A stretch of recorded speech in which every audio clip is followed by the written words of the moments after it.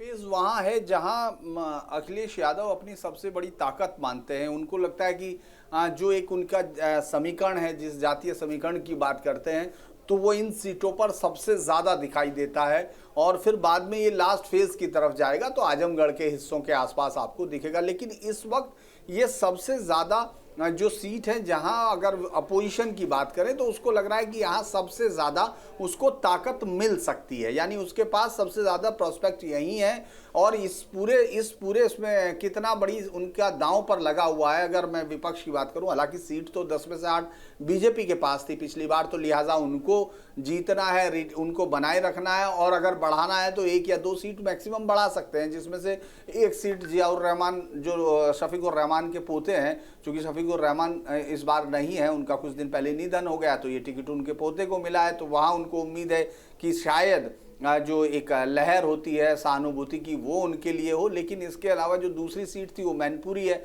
जहां उनकी पत्नी अखिलेश यादव की लड़ रही हैं, डिंपल यादव। इसके अलावा अगर आप देखेंगे तो 2 और उनके जो परिवार के सदस्य हैं इसी में, यानी टोटल जो अभी तक का है, अब ये बात चल रही है कि सिर्फ यादवों को में, मतलब इस बार सिर्फ अखिलेश यादव का परिवार, उन्हीं को टिकट दिया गया है। चाहे आप आदित्य यादव देखें, बदायूं में शिवपाल सिंह यादव अपनी पूरी ताकत के साथ, पहले उनको टिकट मिला था, फिर उसके बाद उनके बेटे को टिकट दिया गया, चूंकि वो खुद चाहते थे उनके बेटे को टिकट दें। इसके बाद अगर आप फिरोजाबाद आ जाते हैं तो अक्षय यादव, और बराबर में मैनपुरी में खुद डिंपल यादव। तो ये जो व्यक्तिगत साख है वो है उनकी पार्टी की ताकत की साख है। और साथ में इन तमाम सीटों पर चूंकि उस हिस्से से बाहर आ गए हैं राहुल, जहां वोटों के हिसाब से 31% से 52% तक मुस्लिम वोटर्स होते थे।